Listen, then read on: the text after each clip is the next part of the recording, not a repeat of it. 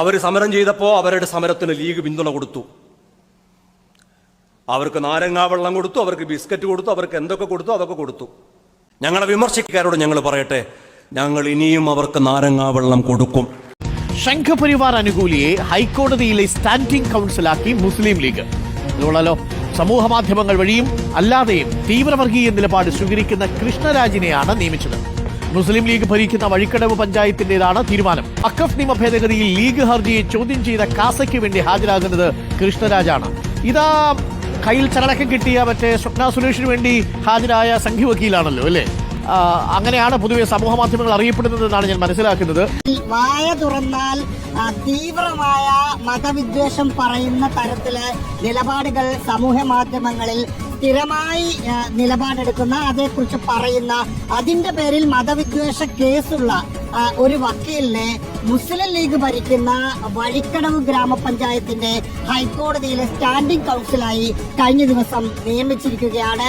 മലപ്പുറം ജില്ലയിൽ അല്ലെങ്കിൽ ഇപ്പോൾ ഉപതെരഞ്ഞെടുപ്പ് നടക്കുന്ന നിലമ്പൂർ നിയോജക മണ്ഡലത്തിൽപ്പെട്ട ഒരു തദ്ദേശ സ്വയംഭരണ സ്ഥാപനമാണ് വഴിക്കടവ് പഞ്ചായത്ത്.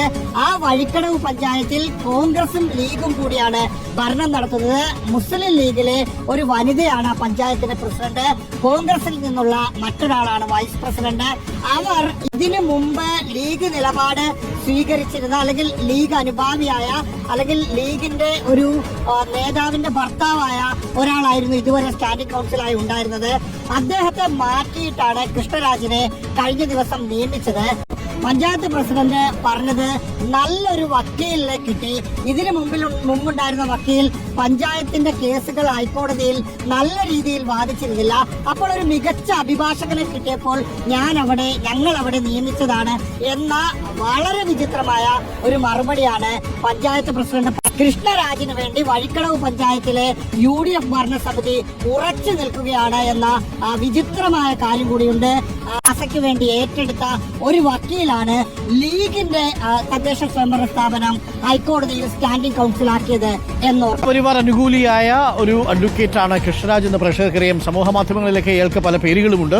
അപ്പോൾ ഈ സംഘപരിവാർ അനുകൂലിയായ വക്കീലിനെ വഴിക്കടവ് പഞ്ചായത്തിന്റെ സ്റ്റാൻഡിംഗ് കൗൺസിലാക്കിയത് ലീഗ് ഭരിക്കുന്ന അന്തർധാരകൾ പലരിലും സജീവമാണ് എന്നുള്ളതാണ് നമ്മൾ മനസ്സിലാക്കുന്നത്.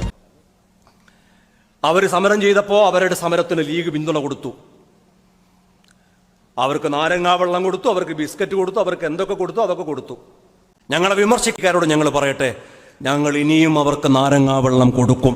ഞങ്ങളെ വിമർശിക്കാരോട് ഞങ്ങൾ പറയട്ടെ, ഞങ്ങൾ ഇനിയും അവർക്ക് നാരങ്ങാവെള്ളം കൊടുക്കും.